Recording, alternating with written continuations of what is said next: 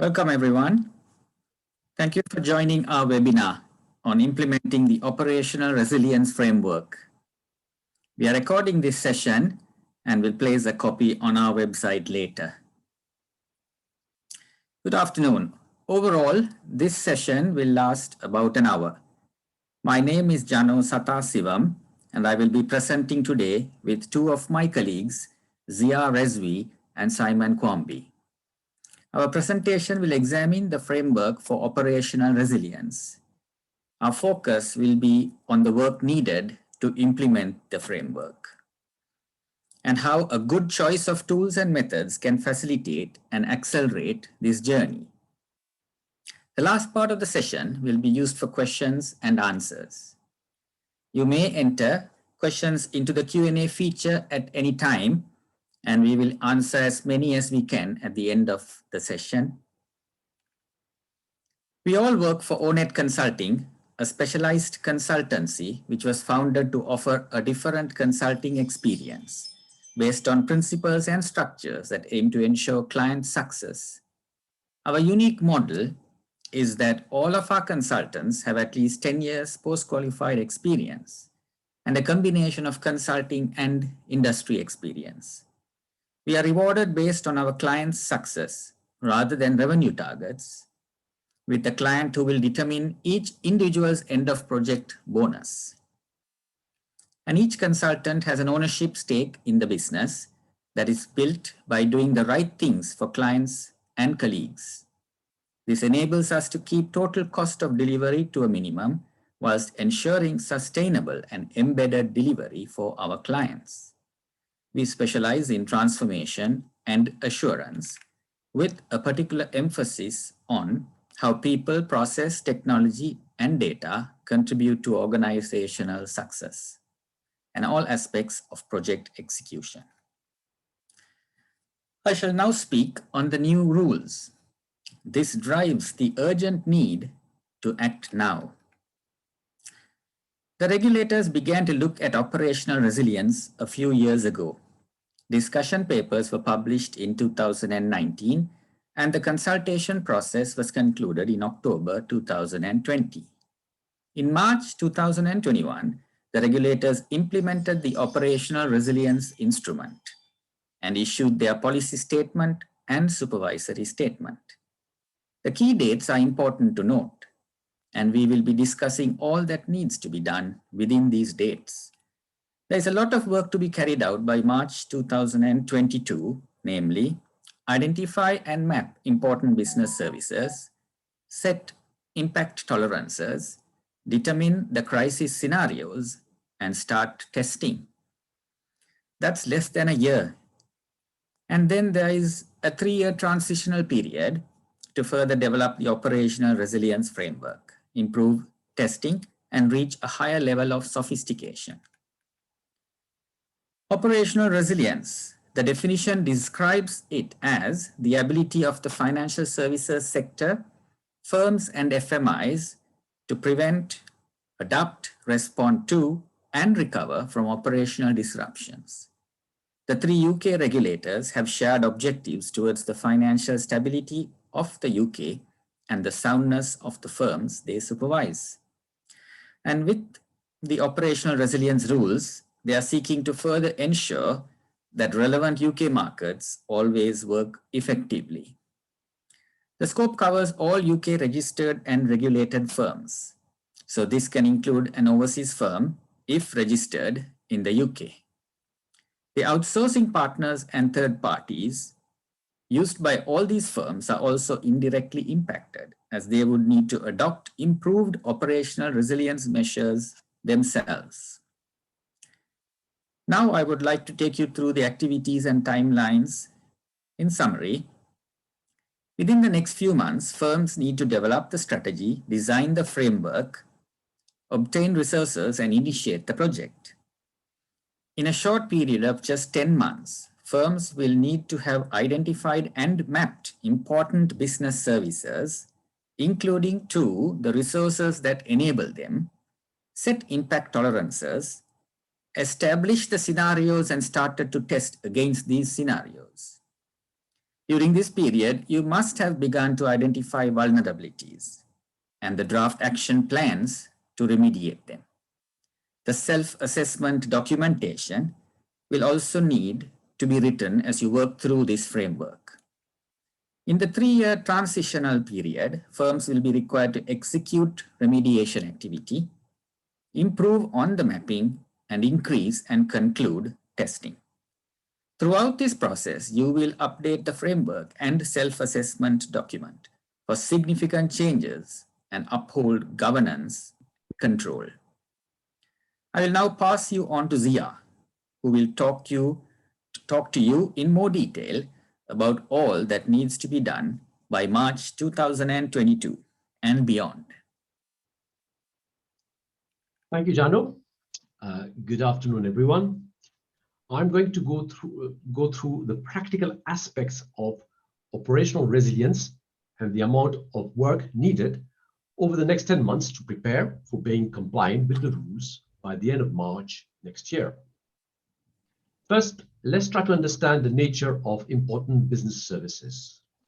They are services which, if disrupted, could potentially cause significant damage to any one or more of the firm's clients, or the firm itself, or pose a risk to the stability of the UK financial system.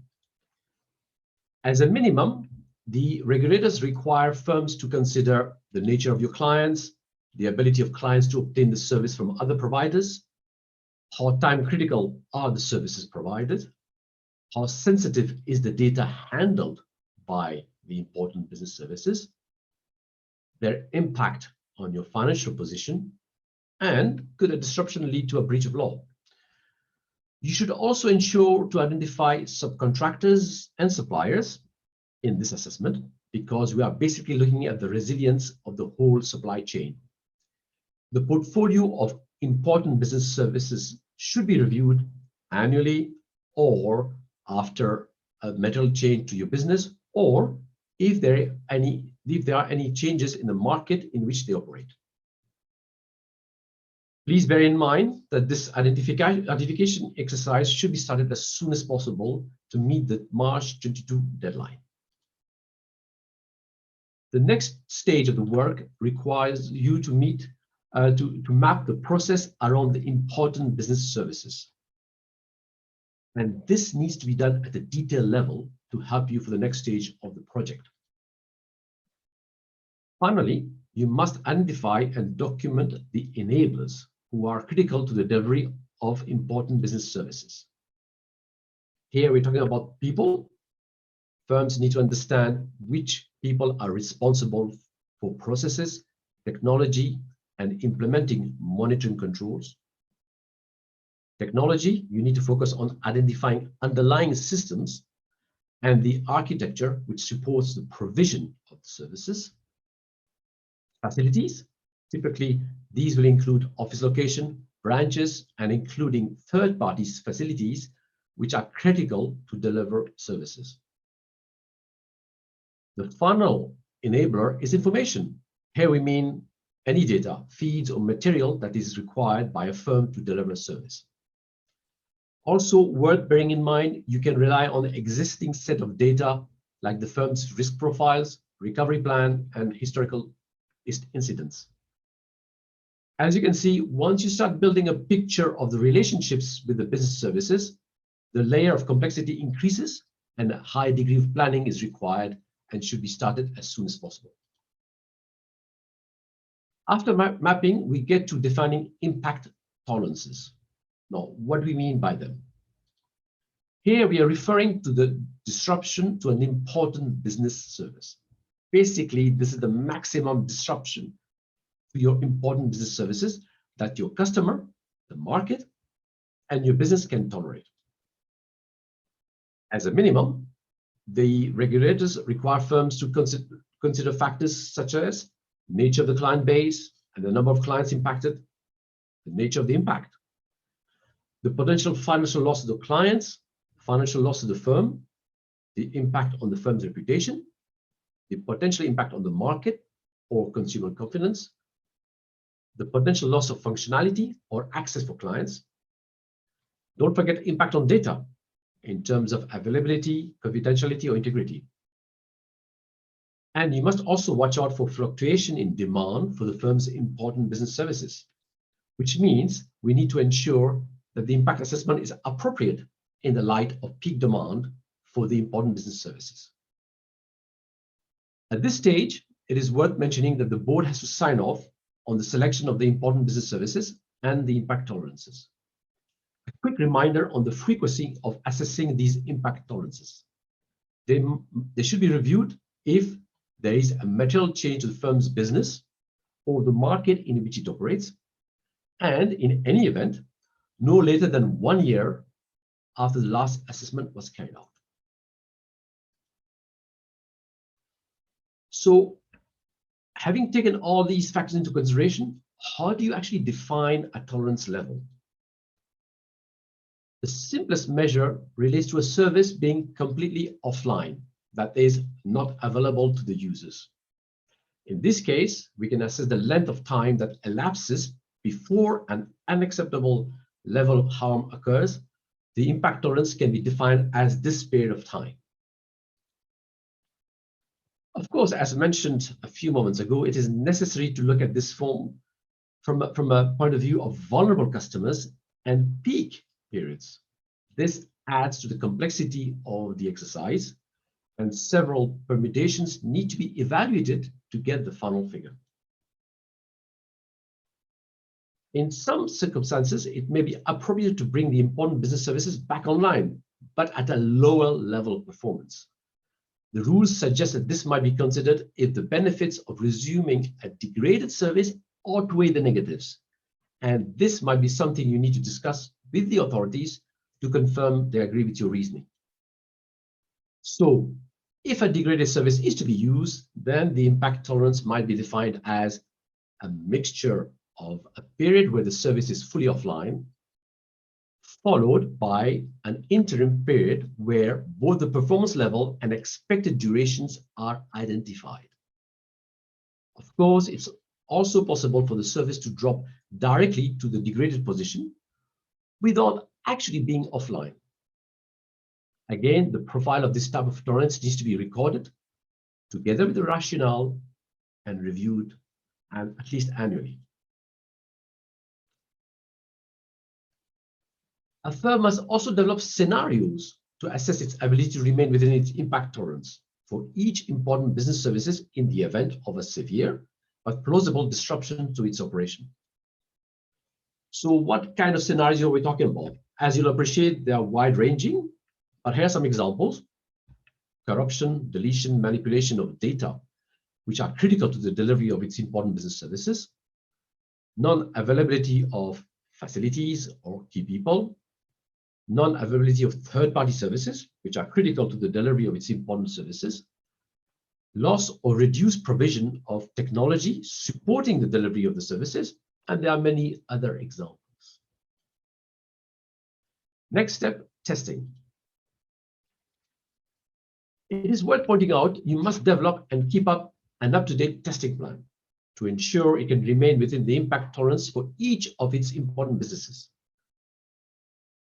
Not just for the next 10 months, but for beyond March 22.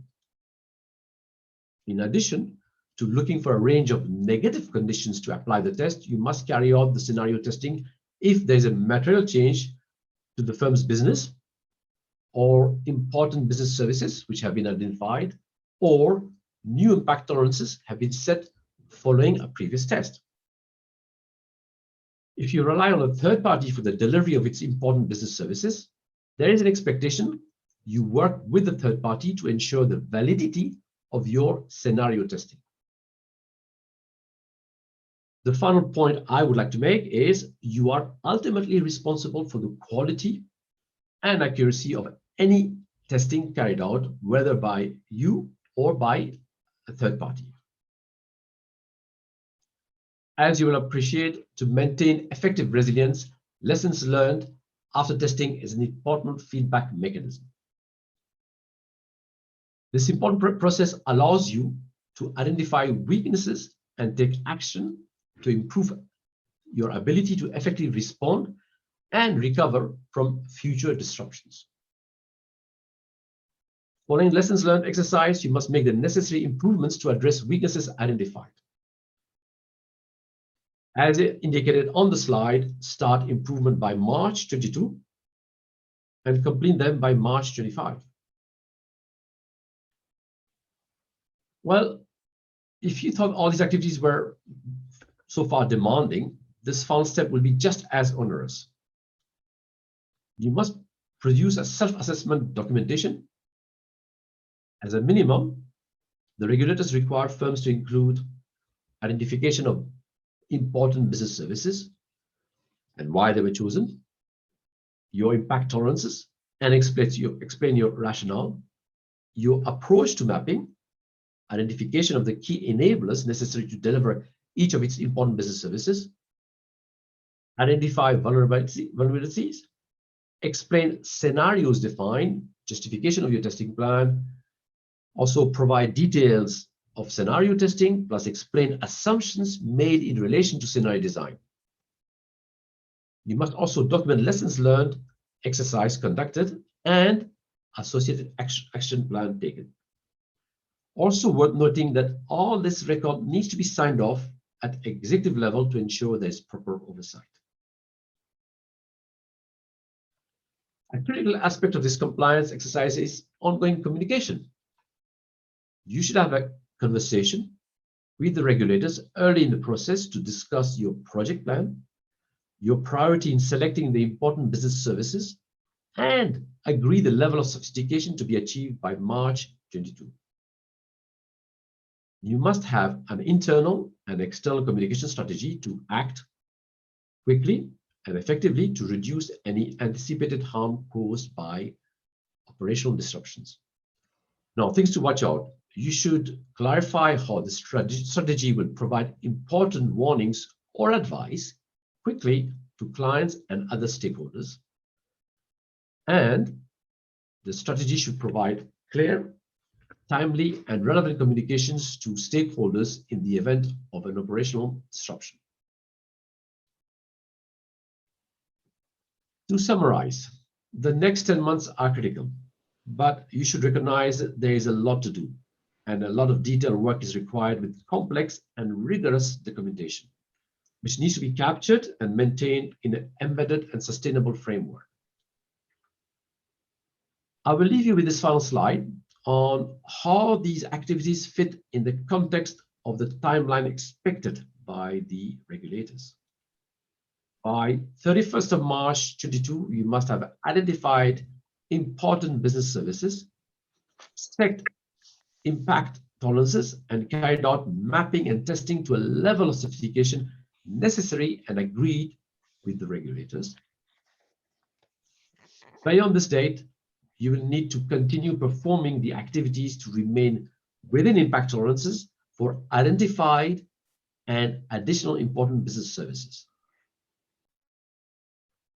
You must also remediate vulnerabilities as soon as possible, but no later than 31st of March 25. In conclusion, you should not delay these activities and start as soon as possible. I will now hand over to Simon, who will explain how you can facilitate and accelerate this journey using advanced tools. Thank you, Zia. Before we start the next section, may I remind you that if you have any questions, you may ask them using the Q&A button down at the bottom of the screen. Now, we're going to look at the mechanics of implementing the operational resilience framework. And by this, I mean the strategies, the processes, and the tools that will be used to actually implement operational resilience and to sustain these activities, both in the short term through to March 22, and then beyond to 25 and beyond that. Each firm will need to set up a program of work to implement operational resilience. Initially, this program will be heavily loaded because over the next 10 months, it has the two significant tasks already outlined by Zia. Firstly, to develop and implement the operational resilience framework itself, and to design and then build the strategies and structures that will make everything happen. And secondly, it needs to do the initial round of work needed to execute the activities. So as well as the framework, there's the initial round of work to identify the important business services, set the tolerances, and so on and so forth through to testing, at least to that level of sophistication appropriate for the end of March next year. After this, the majority of the collateral will have been put together and assembled and documented. So over the following 3 years to March 25, the focus will move towards two things: the improvements needed to ensure that the services are sufficiently resilient to stay within their impact tolerances when a crisis occurs, and secondly, to increase the level of sophistication within the mapping and testing facility, activities to the point where it fully supports the overall objectives. As with any program, this will need initiation. It will have its own strategy and objectives, governance arrangements, and so on, which all need to be set up, and it will be necessary to mobilize people to work on these activities.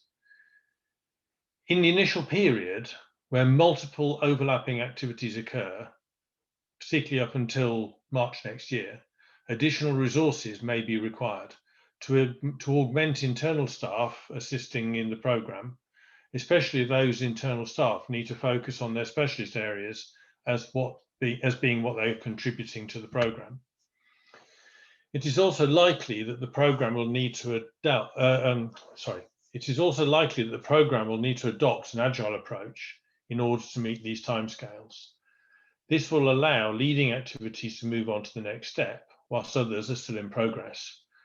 There will be a need for prioritization of tasks and a significant amount of planning to choreograph all these activities effectively. Also, it will be necessary to consider how testing will be done. Although this stage may seem a little way down the line, decisions will need to be made soon about whether to use live systems or set up a virtual environment. I'll talk more about this later. So, what needs to be done to implement the framework?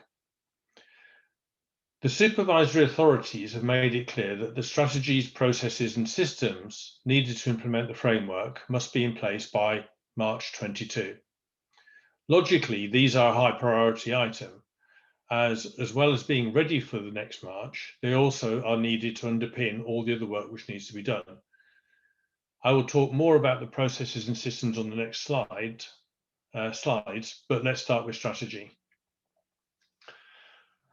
All firms and FMIs will already have existing arrangements for managing risk. There will be existing strategies and policies that identify risk and stipulate at a high level what actions are needed to mitigate them.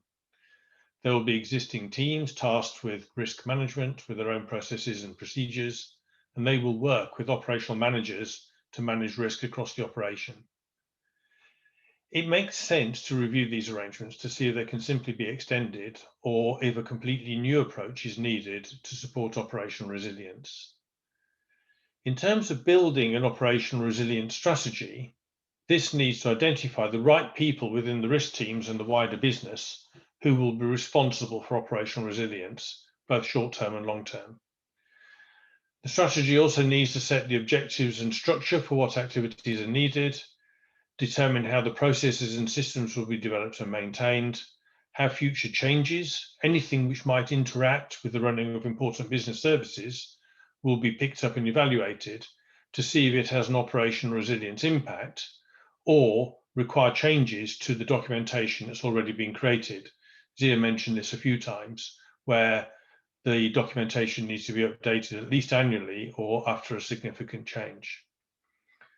The strategy should also identify the governance and control arrangements, remembering that the rules require executive level sign-off of various activities, and the strategy must cover, as said before, not just the short term, but also the long run.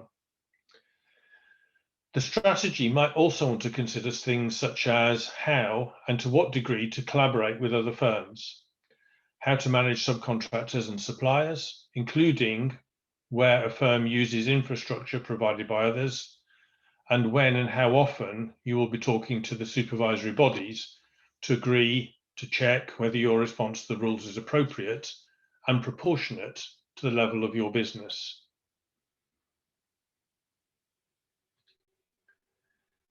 In terms of process mapping, we would recommend the use of advanced enterprise mapping tools.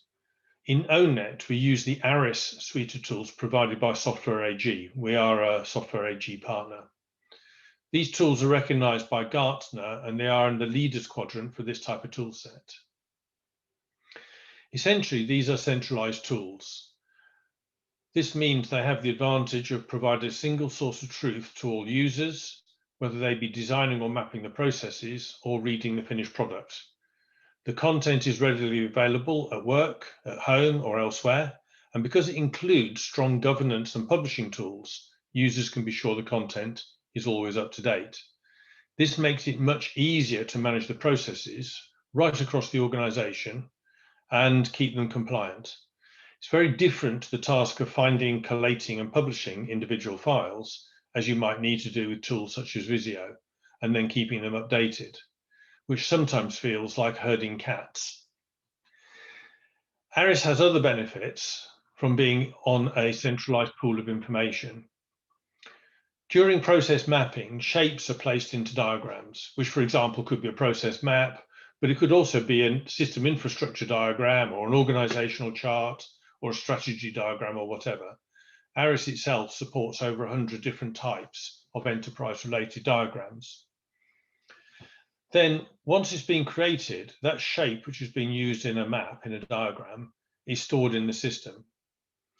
Because it's been stored, that same shape can then be reused in other diagrams. So, for example, if we use a shape that represents a specific application, say NetSuite, and we use that individual item several times for individual process steps in map number 1, and again several times in map 2, then we can run a report to find where that NetSuite item has been used. So when we're looking at operational resilience scenario testing, and we decide that that scenario involves a problem in NetSuite, then we immediately have a clear understanding of which process steps are being impacted. So in this case, it would be process 1 and process 2, where NetSuite has been used in those models. Also, because other shapes can be created in the same way, for example, to represent roles or customers or facilities, data, and the important business services themselves, and because they can also be linked to the process steps, we can gain further insights into who is impacted by a failure of NetSuite and how this impacts the ability to provide the service. In the same way, we could start with a different type of failure. For example, if a call center is flooded, then we can run a report to see where the call center is involved, which processes it takes its parties to, and who is impacted and which systems and services are affected. Aries even allows the type of relationship between these objects to be defined. In this example, we can see that one role is responsible for carrying out a process step, and another individual is informed of the outcome. All of this content, all of this information is stored in the central database. Through reporting, these relationships and dependencies are immediately visible. And where the structures and networks that support business services are extensive and complex, Aries is quickly able to identify all of these relationships in a single report. Compare this to manually trying to find the same information by trawling through maybe hundreds of process maps using an old-fashioned tool set. These tools also open up the possibility of conducting scenario testing in this virtual environment, not using live systems. Aries allows process variants to be created. These could be used to show how the operation would run during a crisis, and this can be examined and compared to the business as usual operation. Lastly, these tools also contain the controls needed to manage the mapping and publication of the processes. They support control over mapping standards so that the content is developed in a consistent way across the organization. Governance and collaboration tools ensure that participants work together effectively. This will be especially useful during the first phase, where the bulk of mapping work will be completed.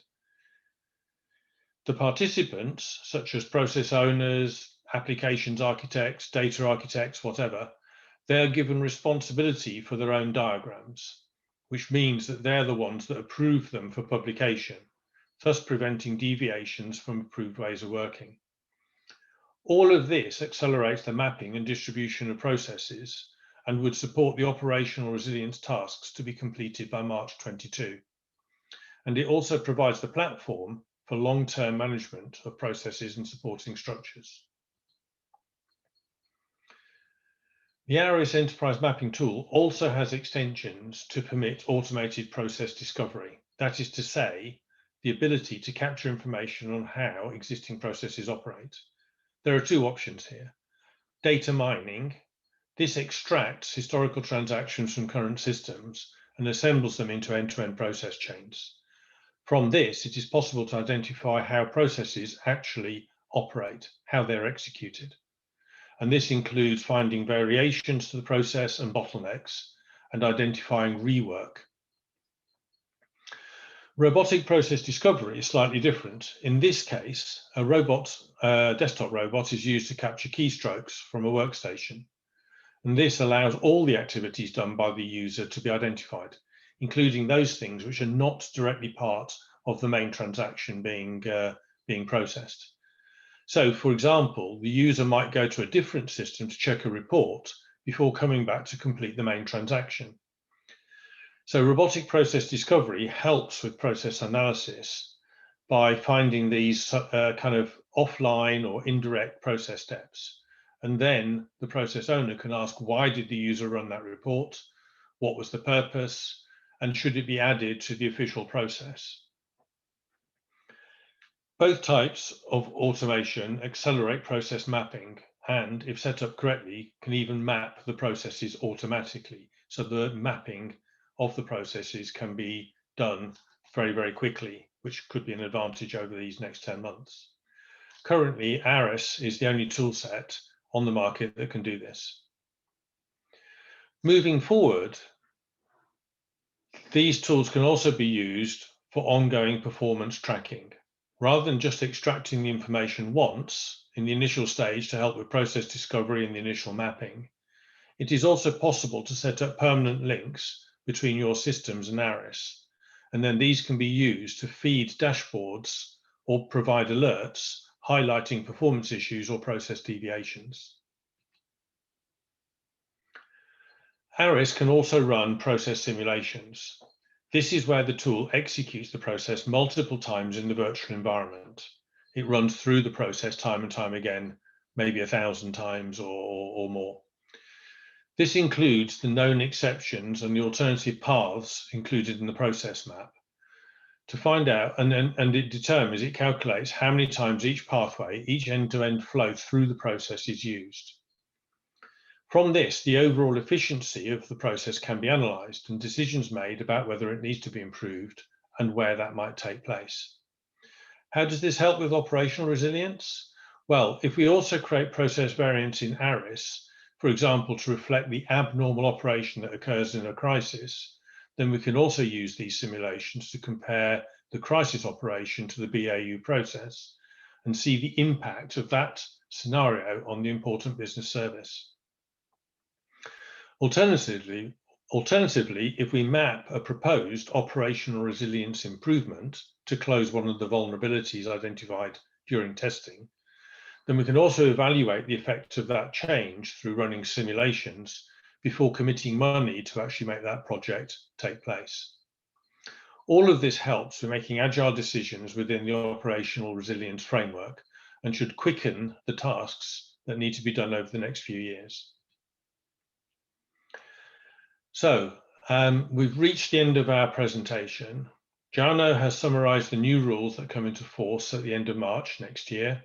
Zia has taken you through the volume of work that needs to be done between now and next March and also beyond. And I have shown you the advantages of using advanced tools such as Aries to facilitate and accelerate mapping, testing, and to provide a single source of truth for your operational resilience documentation. I'm going to hand you back to Jano, who has been monitoring your questions to see if so that we can bring you some answers. Jano? Thank you, Simon.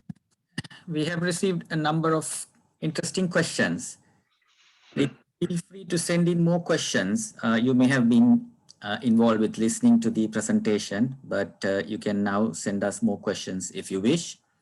I shall now start with some of these questions and direct them to my colleagues or myself as is appropriate. The first question, I think perhaps Zia, you could have a look at. It's about mapping. So the question is, do we need to map all our important business services before March 2022? Zia? Thanks for the question, Jano. No, you don't have to do all of them. What you must ensure, you must try to identify at least the high priority ones, or those which are the most critical. So this will require you to set some sort of priority in your assessment, but it's really focusing on the high priority one. I think that's my answer, rather than the whole complete picture.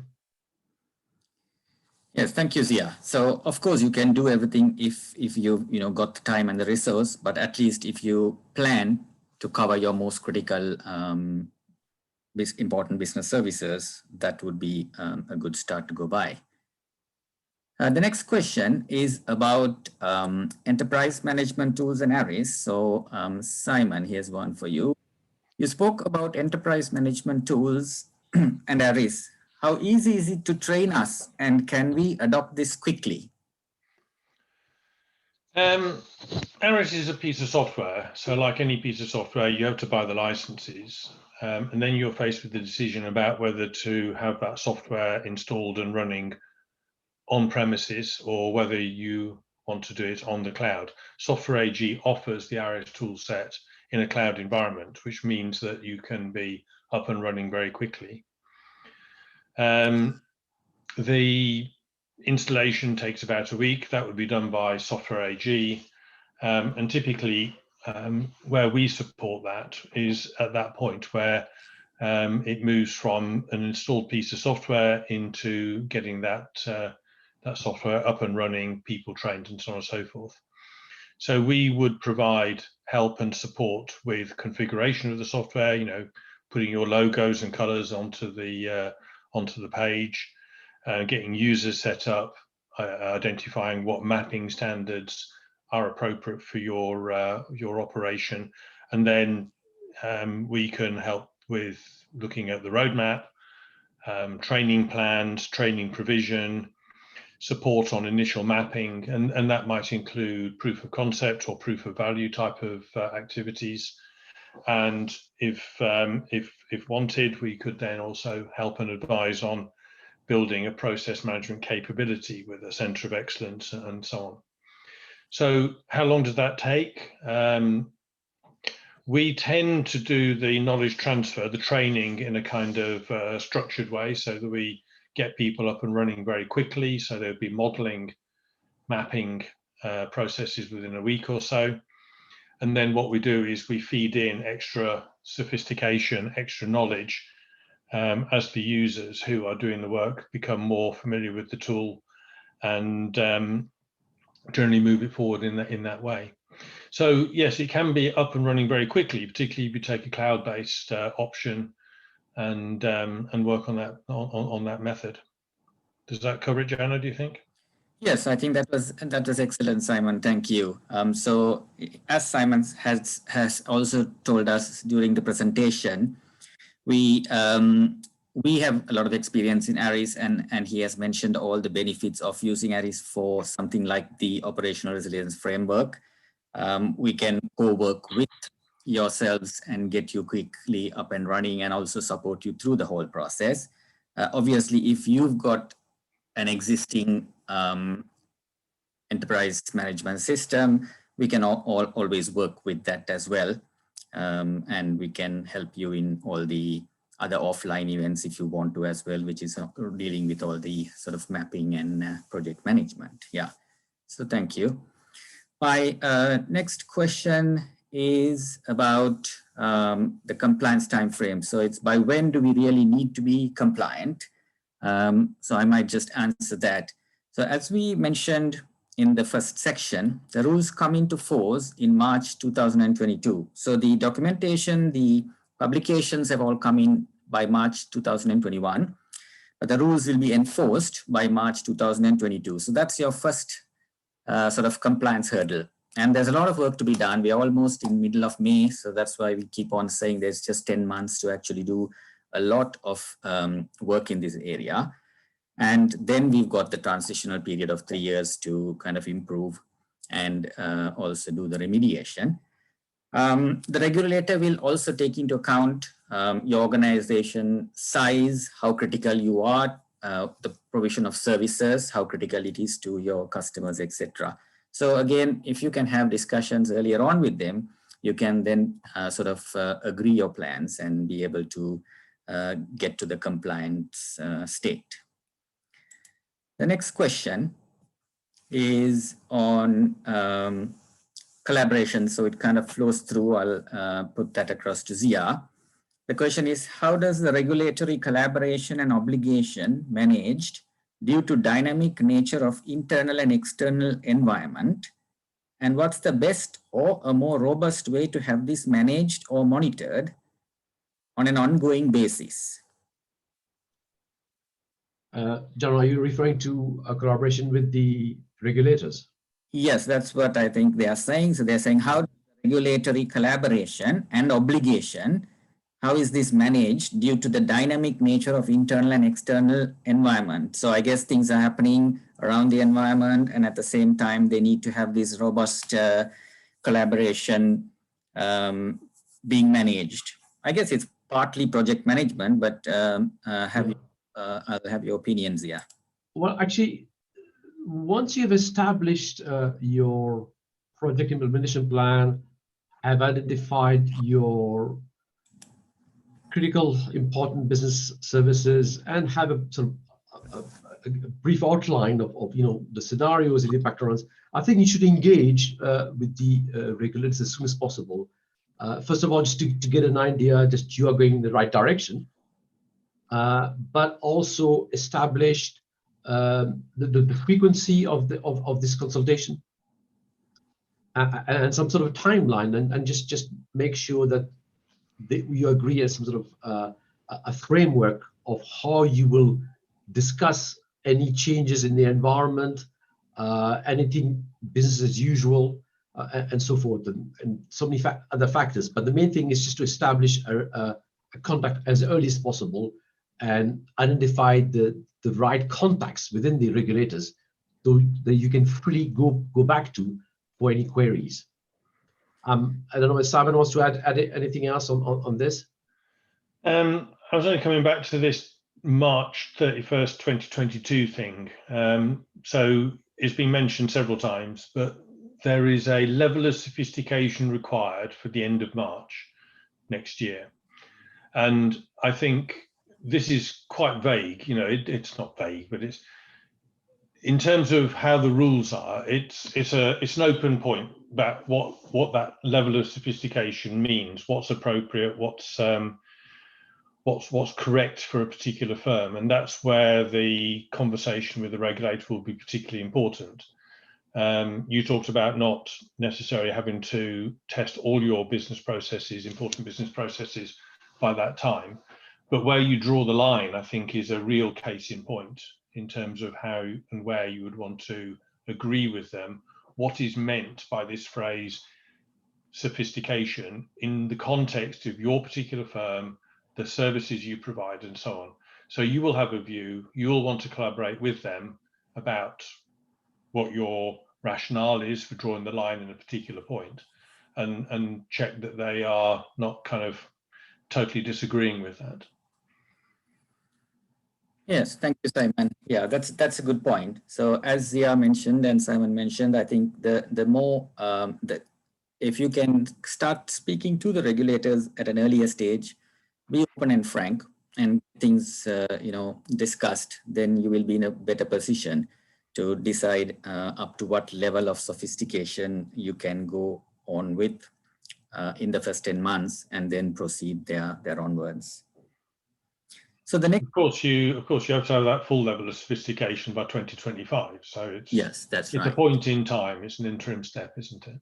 Yes, sometimes it may be easier to get more done whilst you're at it, but it depends on how much resource you can commit. And yes, exactly. So if you've constituted a project team and you've staffed up or brought in extra resources to do that initial mapping, and there'll be a lot of it, and then run that through into scenario testing and so on and so forth, it may be easier, as you say, to get the bulk of that work done in a 10-month or a 12-month project.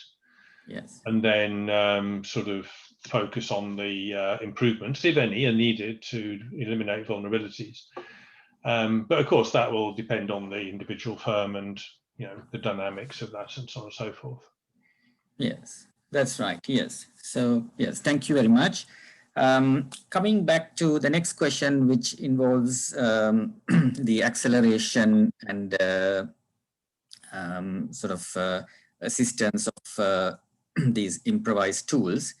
Let me also stress again on Aries. Aries is something that can do a lot of work, and it can be set up quite easily and quite fast. So if anybody is interested, you don't have to think that it's going to be a big issue, as one person asked us earlier. Aries can be quickly set up, and we will be there along with your staff in order to pass knowledge on while we set about doing things. The question to Simon is, how does data mining actually work?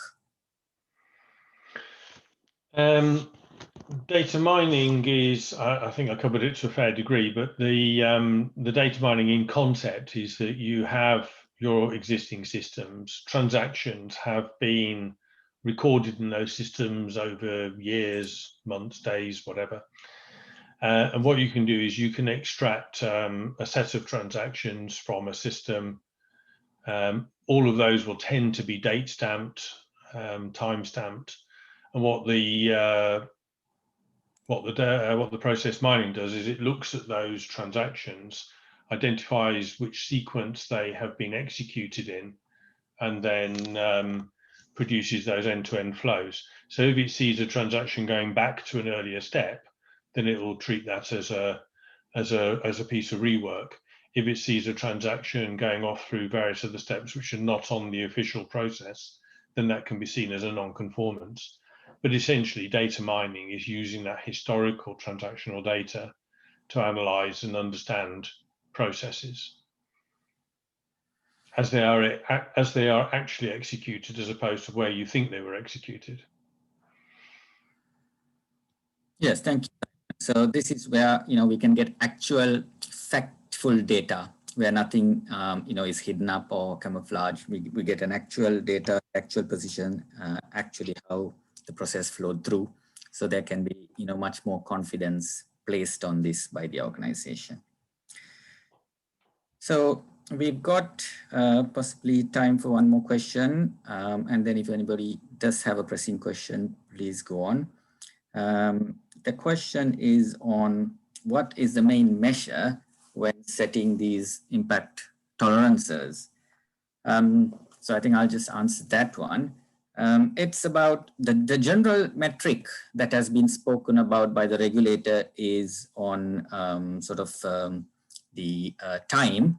So it's always about when a disruption occurs, how long will it sort of be offline or not available? And so that's the harm that then gets caused to the customer.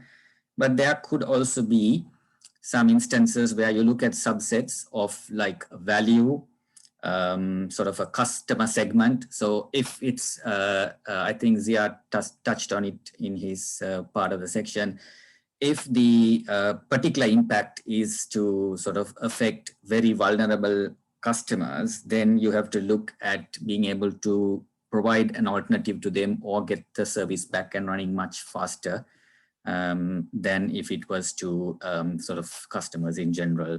So you need to look at some of those issues. The other thing to note on, I guess, impact tolerances is that most of you may be regulated by one of the two regulators. So you get the PRA and the FCA, but in some instances, you can also be regulated by both. And the regulation says that you're going to have separate impact tolerances set up for each of your regulators. So at the moment, they don't want you to combine things. Even in scenarios, you're going one by one instead of combining, because the permutations is a bit too much to model up on. So that's what has been told. So I think we are now going to close the Q&A session. And for any questions that come subsequently, or if you want to reach out to us, that's fine. We will get back to you directly in the next few days. Thank you all for that lively discussion. We hope that you have enjoyed our presentation and found it useful. If you have any questions, again, please feel free to reach out to us for further information. Our information is given on the slide. Also to inform you that the invitations for the next webinar in this series on operational resilience will be sent out shortly. This will be a joint session with Software AG. So Software AG is the provider of the Aries software and support in this area. So we will look at the features and benefits of the Aries mapping tool in more detail. So we hope to see you there. Thank you for joining us today. Goodbye. Thank you. Bye.